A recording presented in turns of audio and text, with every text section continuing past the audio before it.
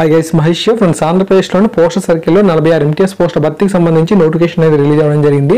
ఈ పోస్టులకు అప్లై చేసుకోవడానికి కేవలం 10వ తరగతి అర్హత అనేది మనకు ఉండడం జరిగింది. ఎవరైనా సరే 10వ తరగతి కంప్లీట్ చేసిన స్త్రీ పురుషుల అభ్యర్థులు ఎవరైనా సరే ఈ యొక్క పోస్టుకు అప్లై చేసుకోవచ్చు.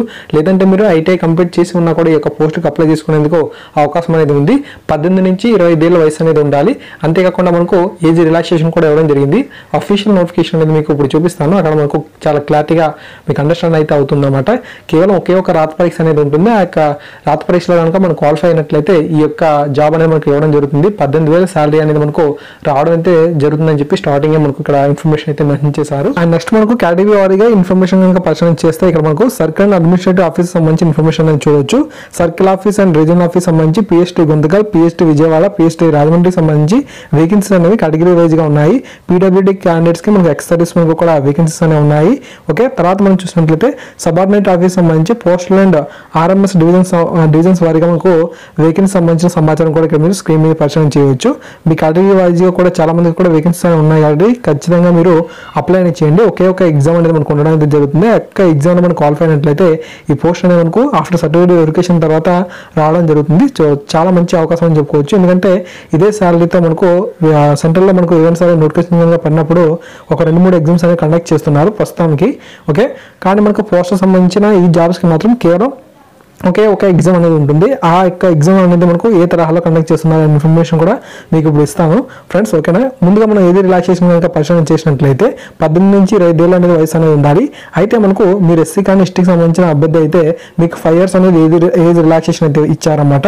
అండ్ అంతేకాకుండా ఓబీసీ క్యాండిడేట్కి అయితే 3 years అనేది అప్పుడు ఏజ్ రిలాక్సేషన్ అయితే ఇవ్వడం జరిగింది. తర్వాత మీరు పీడబ్ల్యూడీ క్యాండిడేట్ అయితే మీకు 10 years అనేది అన్రిజర్వ్డ్ క్యాండిడేట్కి అయితే ఇవ్వడం జరిగింది. మీరు ఎస్సీ ఎస్టీ అభ్యర్థి అయితే 15 ఏళ్ళు ఇచ్చారు. ఓబీసీ అయితే మనకు 13 years అనేది ఇవ్వడం జరిగింది. అండ్ తర్వాత చూడండి ఇక్కడ మనకు ఎడ్యుకేషన్ క్వాలిఫికేషన్ విషయానికి వెళ్ళినట్లయితే మెట్రికులేషన్ ఐటీఐ అని చెప్పన్నారు. 10వ తరగతి లేదా ఐటీఐ మనకు ఎవరైనా క్వాలిఫై అయినట్లయితే ఖచ్చితంగా వీటికి అప్లై చేసుకోవచ్చు. ఎగ్జామినేషన్ సెంటర్ అయితే మనకు కర్నూలు, విజయవాడ, విశాఖపట్నంకి సంబంధించి ఎగ్జామ్ సెంటర్స్ అయితే ఉన్నాయి. ఓకేనా, ఎగ్జామ్ అనేది మనకు ఏ విధంగా జరుగుతుంది అంటే మనకు 100 marks కి ఆబ్జెక్టివ్ టైప్ లో మనకు ఎగ్జామ్ అనేది జరుగుతుంది. 100 marks మనకు ఈ యొక్క క్వశ్చన్స్ అనేవి ఉండడం జరుగుతుంది. జనరల్ నాలెడ్జ్ నుంచి 20 క్వశ్చన్లు అయితే వస్తాయి. మ్యాథమెటిక్స్ నుంచి 25 క్వశ్చన్లు అయితే వస్తాయి.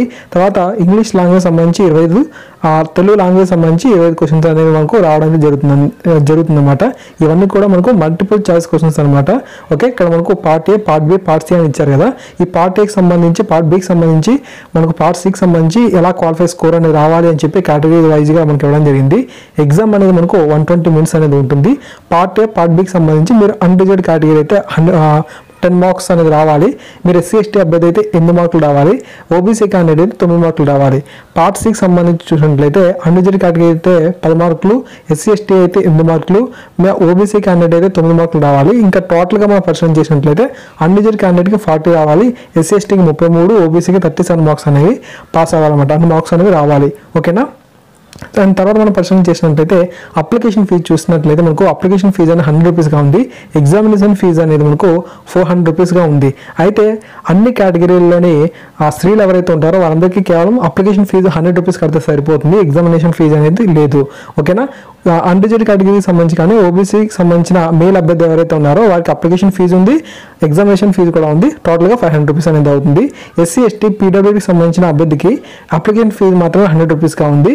ఎక్స్ సర్వీస్ మెన్ ఈ అన్రిజర్వ్డ్ కానీ ఓబీసీ క్యాండిడేట్ అయితే 500 rupees అనేది చెల్లించాలి. ఓకే, సో ఈ విధంగా మనకు ఇన్ఫర్మేషన్ అయితే ఉంది. సో అక్కడ మనీని చూసుకొని మీరు అప్లై చేయండి ఫ్రెండ్స్. నెక్స్ట్ మనకు ఈ యొక్క జాబ్ సంబంధించి ఇంపార్టెంట్ డేట్స్ విషయానికి వెళ్ళినట్లయితే ప్రైమరీ రిజిస్ట్రేషన్ అనేది మనకు ఈ నెల 28వ తారీఖుతో క్లోజ్ అవుతుంది. మీ ప్రైమరీ రిజిస్ట్రేషన్ అయిన తర్వాత మీరు పోస్ట్ ఆఫీస్లో ఫీజు అనేది చెల్లించాల్సిన అవసరం అయితే ఉంటుందన్నమాట. ఆ ఫీజు చెల్లించడానికి 5/3/2019 అనేది చివరి తేదీ. ఆన్లైన్లో అప్లికేషన్ అనేది దరఖాస్తు చేసుకోవడానికి చివరి తేదీ 8/3/2019 అనమాట. మీరు మనీ పేమెంట్ చేసిన తర్వాత ఫైనల్ సబ్మిషన్ చేయాలి. ఓకే, సో ఈ విధంగా ఇన్ఫర్మేషన్ అయితే ఉంది. ఖచ్చితంగా మీ ప్రతి ఫ్రెండ్కి కూడా ఈ యొక్క జాబ్ సంబంధించిన ఇన్ఫర్మేషన్ తెలియజేయండి. వేకెన్సీస్ కూడా మరీ ఎక్కువ కాకపోయినా సరే మనకు వేకెన్సీస్ బాగానే ఉన్నాయని చెప్పుకోవచ్చు. సో ఖచ్చితంగా 10వ తరగతి అర్హతతో కేవలం ఒకే ఒక జాబ్తో మనకు ఇటువంటి వేకెన్సీస్ సంబంధించిన నోటిఫికేషన్ పడినప్పుడు ఖచ్చితంగా అప్లై చేసుకునేందుకు ప్రయత్నం అయితే చేయండి. All the best. Thank you guys. Thanks for watching this video.